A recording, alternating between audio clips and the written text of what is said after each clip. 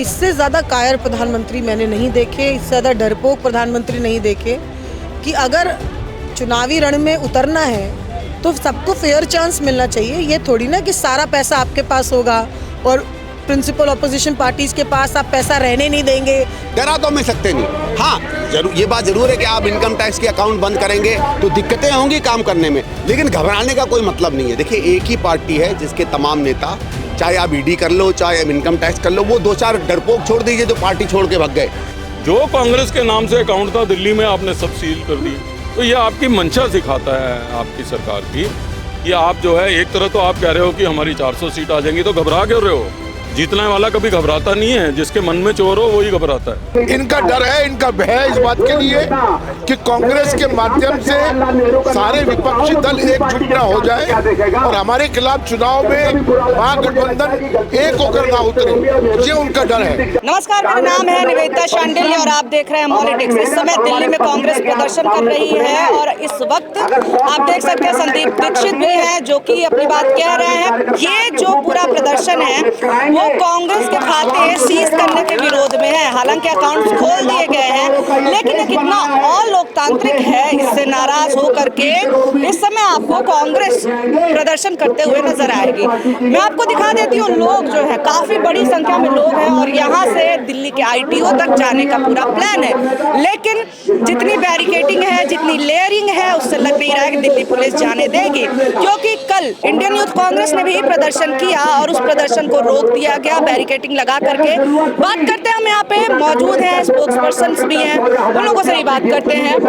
Hello sir, ये बताइए, accounts आपके ओपन हो चुके हैं, अब नाराजगी किस बात की? फिर नाराजगी तो इस बात की है कि जो कल उन्होंने किया है उसके खिलाफ प्रदर्शन है। अगर हम प्रोटेस्ट नहीं करेंगे, कल कोर्ट में नहीं गए हुए होते, इनकम टैक्स कार्यालय में नहीं गए हुए होते, जो थोड़ा बहुत राहत हमको मिली है वो भी नहीं मिलती। अभी पूरी राहत नहीं मिली है। उन्होंने 95 करोड़ रुपया हमारे अकाउंट को अभी भी फ्रीज करके रखा हुआ है। हम उसके खिलाफ प्रदर्शन कर रहे हैं। आज तक इतिहास में कभी ऐसा नहीं हुआ कि आज अगर सुप्रीम कोर्ट ने उनके खिलाफ में फैसला दिया है और चुनावी बॉन्ड को असंवैधानिक बताया है, अगले दिन ही विपक्षी जो मुख्य विपक्षी दल है उसके अकाउंट फ्रीज करा दीजिए। यानी ये बदले की कार्रवाई थी, बदले की कार्रवाई थी। और कांग्रेस के खिलाफ क्यों?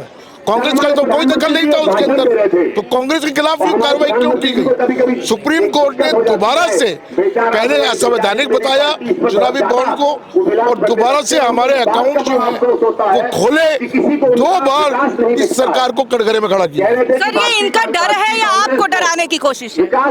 इनका डर है, इनका भय है इस बात के लिए कि कांग्रेस के माध्यम से सारे विपक्षी दल एकजुट न हो जाए और हमारे खिलाफ चुनाव में महागठबंधन एक होकर ना उतरे, ये उनका डर है।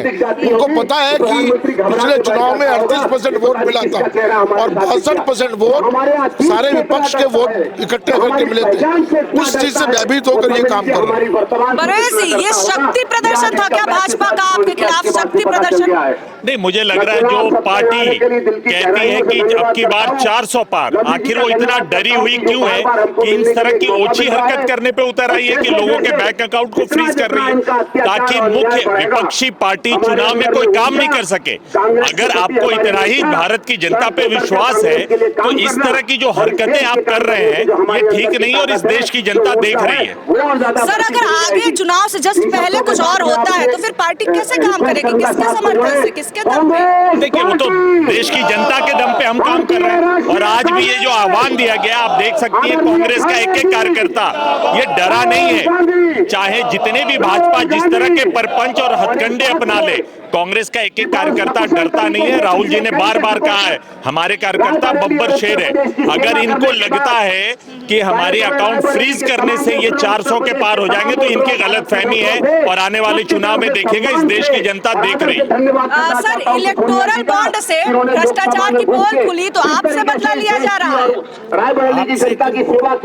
वो अपना भ्रष्टाचार कोई नहीं देखेगा, बीजेपी का हमेशा का मैटर रहा है कि किसी तरीके से विपक्ष को खत्म करना, और उनके पास कोई वो नहीं है। अब पूरी जगह पे पूरे देश में हर जगह से हर एक पार्टी को तोड़ने की कोशिश करी जा रही है। उनके कद्दावर नेताओं को किसी भी तरीके से कोई भी प्रलोभन दे के उन्हें अपनी तरफ शामिल किया जा रहा है।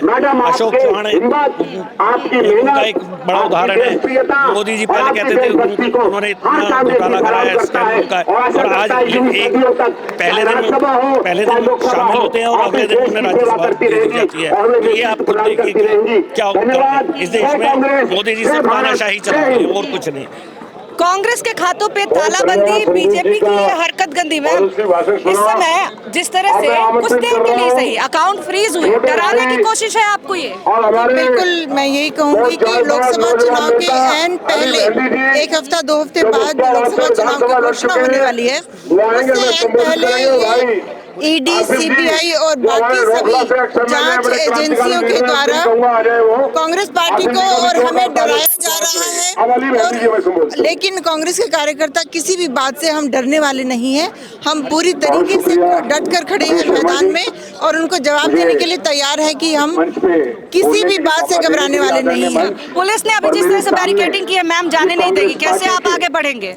हम पूरे जोश से आगे बढ़ेंगे। कांग्रेस कार्यकर्ता पूरे जोश में है और उन्होंने कांग्रेस पार्टी के खातों को बंद करने की गलती जो की है उसका खामियाजा उनको लोकसभा चुनाव में आने वाले दिनों में मिलेगा और नतीजे हमारे पक्ष में होंगे और राहुल गांधी जी के पक्ष में होंगे। सर, आपने भी ये हरकत गंदी वाला जो प्लेकार्ड पकड़ा है, आगे अगर दोबारा ऐसा होता है कैसे कांग्रेस काम करेगी? किसके समर्थन से करेगी?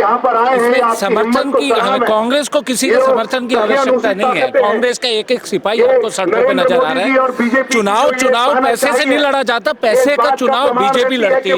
कांग्रेस अपनी शक्ति के साथ चुनाव लड़ेगी। राहुल गांधी की भारत जोड़ो यानी जनता की शक्ति की बात यहाँ पे कांग्रेस करते हुए नजर आ रही है। आप तस्वीरों में भी देख रहे हैं कि कितनी ज्यादा यहाँ पे भीड़ है और उतनी ही भयंकर लेयरिंग भी की गई है दिल्ली पुलिस की तरफ से। और कांग्रेस कार्यकर्ता आगे बढ़ना चाह रहे हैं लेकिन लगता नहीं को आगे जा पाएंगे। यहाँ पे बड़े बड़े नेता मौजूद है, संदीप दीक्षित हैं, दिल्ली कांग्रेस के अध्यक्ष अरविंदर सिंह लवली भी इस समय मौजूद हैं। तो अगर कांग्रेस के कार्यकर्ताओं की बात करें तो उनका जोश बहुत हाई है। आपको प्लेकार्ड्स में दिख रहा होगा कि जिस तरह से तालाबंदी की गई है वो भाजपा की गंदी हरकत है और प्रदर्शन आगे भी करने की बात हो रही है।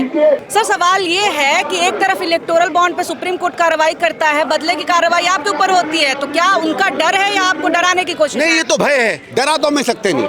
हाँ, जरूर ये बात जरूर है कि आप इनकम टैक्स के अकाउंट बंद करेंगे तो दिक्कतें होंगी काम करने में, लेकिन घबराने का कोई मतलब नहीं है। देखिए, एक ही पार्टी है जिसके तमाम नेता, चाहे आप ईडी कर लो चाहे आप इनकम टैक्स कर लो, वो 2-4 डरपोक छोड़ दीजिए जो पार्टी छोड़ के भग गए, क्योंकि स्वाभाविक है पार्टी छोड़ के भगे तो कुछ कालिक होगी उनमें।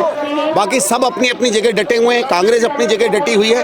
और जैसे मैंने आज मंच पे भी कहा कि मुझे तो बड़ा संतोष होता है इस बात से कि कोई डरपोक और बुज़दिल पार्टी है जो अगर खुद आप 400 सीट जी रहे हो तो फिर आपको क्या दिक्कत होनी चाहिए। इसका मतलब है भारतीय जनता पार्टी बुरी तरीके से डरी हुई है और वो अपने आप समझ रही है कि अगर कांग्रेस को हमने डराया, धमकाया या गैर लोकतांत्रिक तरीकों से नहीं कमजोर किया तो हम चुनाव हार रहे हैं। सर, किसानों के साथ जमीन पे कब कांग्रेस नजर आएगी? क्योंकि सोशल मीडिया पे दिख रहा है समर्थन। नहीं, देखिए मैम, हम उनके साथ हैं, लेकिन ये किसानों का आंदोलन है, ये कोई राजनीतिक आंदोलन नहीं है।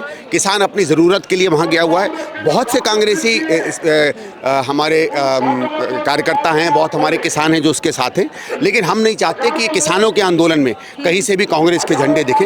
ये और पार्टियों का है कि कोई भी आंदोलन होता है उसमें पहुंच जाते हैं खुद मियां मिट्ठू बनने।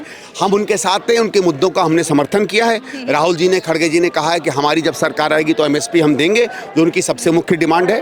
तो उनके साथ हम खड़े हैं, उनके मुद्दों में हम खड़े हैं और जब हमारी सरकार आएगी तो उसी तरीके से कृषि चलाएंगे जो किसान चाहते हैं, लेकिन उनका राजनीतिकरण करना हम नहीं चाहते। सर, छोटा सा सवाल है आप ही की बात पे। आपने कहा कि पिछले लोग जो गए हैं जिन भी कारणों से, चुनाव से जस्ट पहले कई बड़े नेता और अब तो कमलनाथ के भी कयास लगने लगे, क्या पार्टी को कुछ नुकसान होगा इन लोगों से? नहीं, देखिए, कोई भी व्यक्ति जाता है तो दिल तो दुखता है, जो अपने साथ बहुत दिनों तक रहे, लेकिन जिसका चरित्र ही नहीं है उसके जाने में क्या है। दुख होता है लेकिन नुकसान नहीं होगा। अगर चरित्रवान जाए, अगर बलशाली जाए, अगर बिना किसी धन के लोभ के जाए, बिना सत्ता के लोभ के जाए, देश की सेवा के लिए जाए, समाज की सेवा के लिए जाए, तो मैं कहूँगा लॉस है।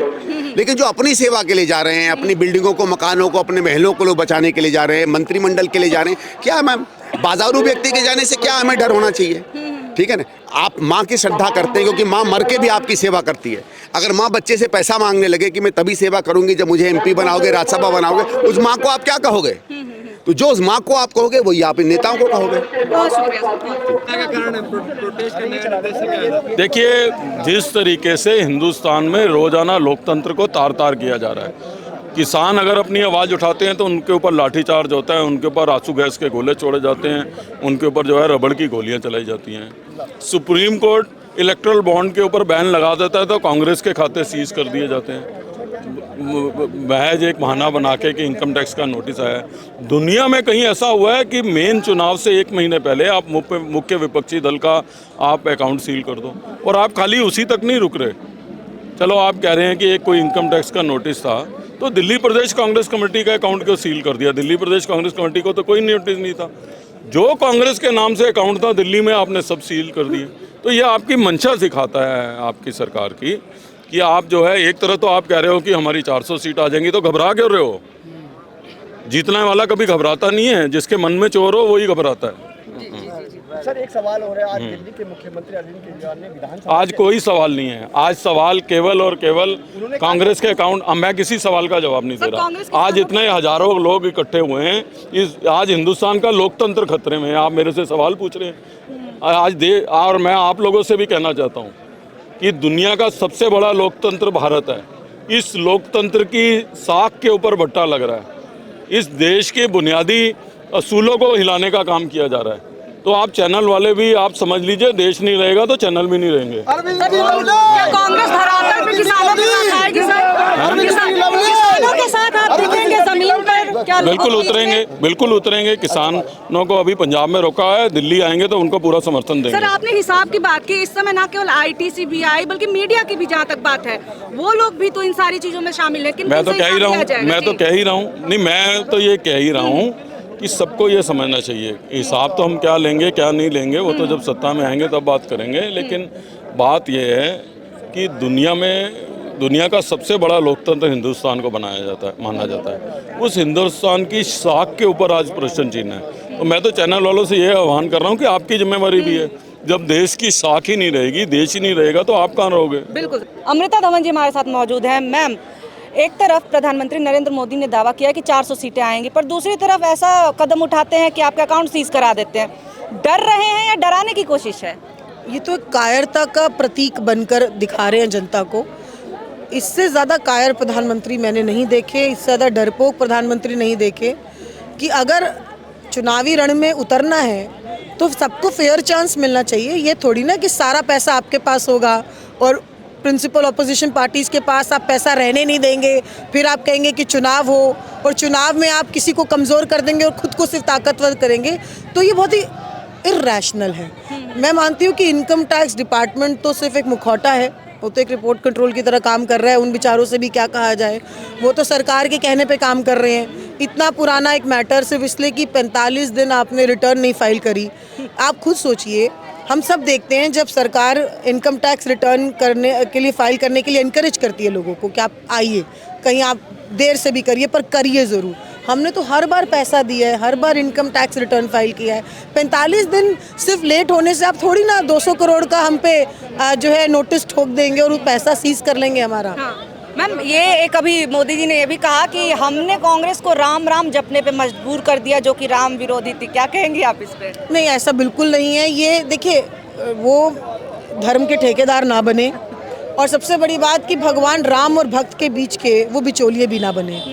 जो भगवान राम को मानते हैं, हनुमान जी को मानते हैं, हर हर महादेव का जो जयकारा लगाते हैं, उनको सर्टिफिकेट नहीं चाहिए इन लोगों से। हम सब कांग्रेसी हैं, मैं हिंदू हूँ लेकिन मैं बीजेपी को नहीं मानती हूँ। ऐसे बहुत सारे हिंदू हैं जो बीजेपी को नहीं मानते हैं, और बहुत सारे लोग जो भगवान राम के भक्त हैं वो भी बीजेपी को नहीं मानते हैं। तो ये जो इन्होंने अपने आप को एक कॉम्प्लीमेंट बना दी एक दूसरे का, ऐसा कहीं नहीं है। ठीक है, ये ठेकेदारी करके एक नैरेटिव सेट करने की कोशिश कर रहे हैं। ये उनका एजेंडा है। वो शुरू से ही धर्म के नाम पर, जाति के नाम पर राजनीति करते हैं। RSS की किताबों में लिखा हुआ है कि उनका एजेंडा ये है, उनकी स्थापना की वजह यही है। लेकिन क्या इससे सिर्फ मात्र देश चलने वाला है? क्या जो बेरोजगारी बढ़ती जा रही है, लोगों की नौकरी छूट रही है, किसी को नहीं पता। आप IT इंडस्ट्री में जाइए, MNCs में जाइए, कोई भी व्यक्ति जो है किसी भी समय नौकरी से निकाला जा सकता है। आप देखिए छोटे छोटे धंधे बंद हो रहे हैं, व्यापार बंद हो रहे हैं, मैन्युफैक्चरिंग कॉरिडोर खोलेंगे कहा था प्रधानमंत्री ने, कहाँ मेड इन इंडिया कहाँ हो रहा है? सिर्फ शेयर और स्टॉक मार्केट बढ़ रही है आर्टिफिशियली। लेकिन प्रचार में तो खूब दिख रहा है मैम कि है रोजगार। क्या कहाँ दिख रहा है? सिर्फ उनके नारों में दिख रहा है। अगर सिर्फ नारे से देश चलता होगा तो मैं मानती हूँ कि ये देश बर्बादी की ओर बढ़ रहा है, और ये देख के हमें दुख होता है, क्योंकि हम चाहते हैं कि इस देश की पंक्ति में लगा हुआ हर व्यक्ति, उसको इस देश के विकास का फ़ायदा हो। लेकिन ये चाहते हैं कि सिर्फ इनके कुछ चुनिंदा व्यापारियों को फ़ायदा हो। देश की सारी संपत्ति उनको दे दी, सारे ठेके उनको दे दिए, रेलवेज दे दी, PSUs दे दिए, एयरपोर्ट्स दे दिए, कोई ऐसा काम ही नहीं है, कोल इंडस्ट्री दे दी, सब कुछ आप उनको देना चाहते हैं। तो ऐसे नहीं चलेगा। इस देश के हर व्यक्ति के पास कोई तो काम होना चाहिए जिससे देश की मार्केट चले, पैसा सर्कुलेट हो और हर व्यक्ति अपने आप को संपन्न माने। बहुत शुक्रिया मैम, बहुत धन्यवाद।